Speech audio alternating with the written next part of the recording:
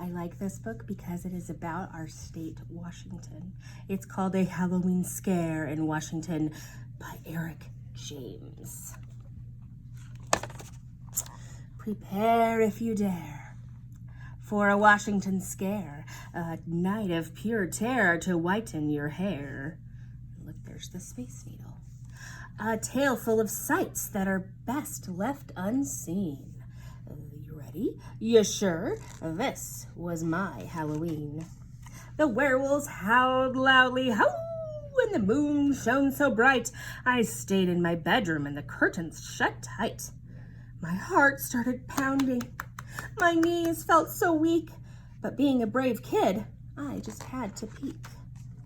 I pulled back the curtains and my mouth opened wide. An army of monsters had gathered outside.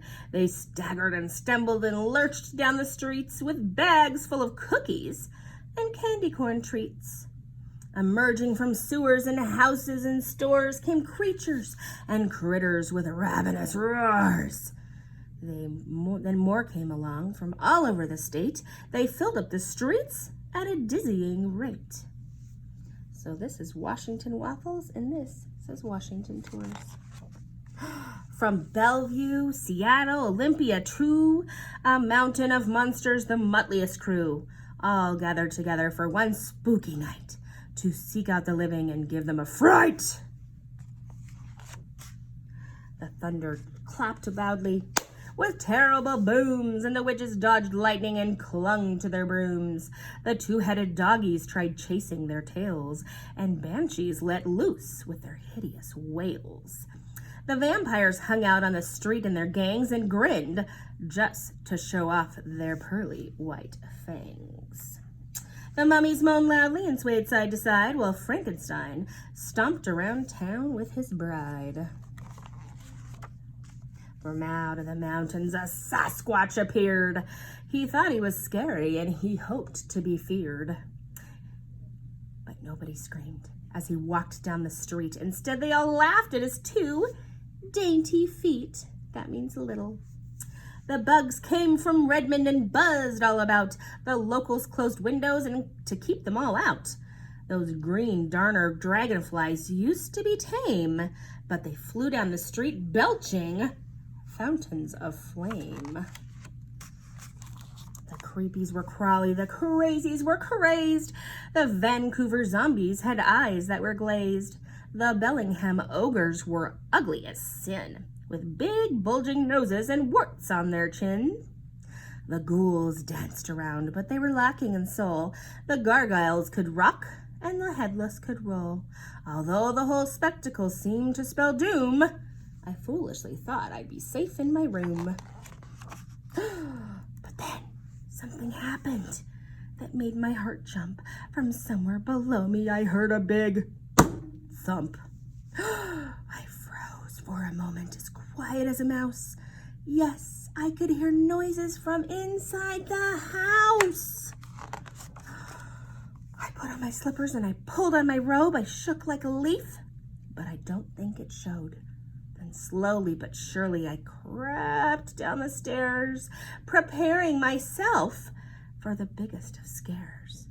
My hands trembled wildly. I opened the door. I still shudder now at the horrors I saw. The stereo spat out as some hideous sounds as dozens of monsters jumped madly around. So they're having a party in his kitchen.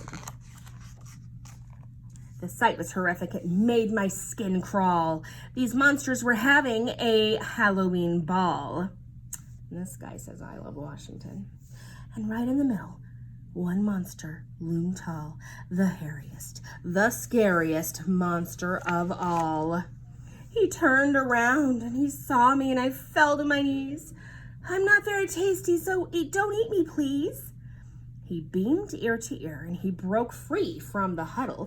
He ran over and he gave me a big monster cuddle. At last, we have found you, he said with a smile. From Spokane to Shelton, we've looked for a while. We came here to give you your wonderful prize. He held up a trophy in front of my eyes. A prize? And for me? I replied with a grin. But what did I enter and how did I win? Well, you've won the first prize for the costume you're wearing. It even scares me, and I'm tip-top at scaring. This isn't a costume. I'm just dressed as me. Exactly. The scariest thing you can be. A small human child with a cute button nose. Your teeth are so shiny and you've only 10 toes. No hair on your face and no horns on your head. Oh, the whites of your eyes are not glowing red. A bone-chilling costume, a horrible sight, a worthy ensemble for Halloween night. We partied together until the moon set. A Halloween night that I'll never forget. And next year, I won't want to hide in my bed. The monsters won't scare me. I'll scare them instead. The end.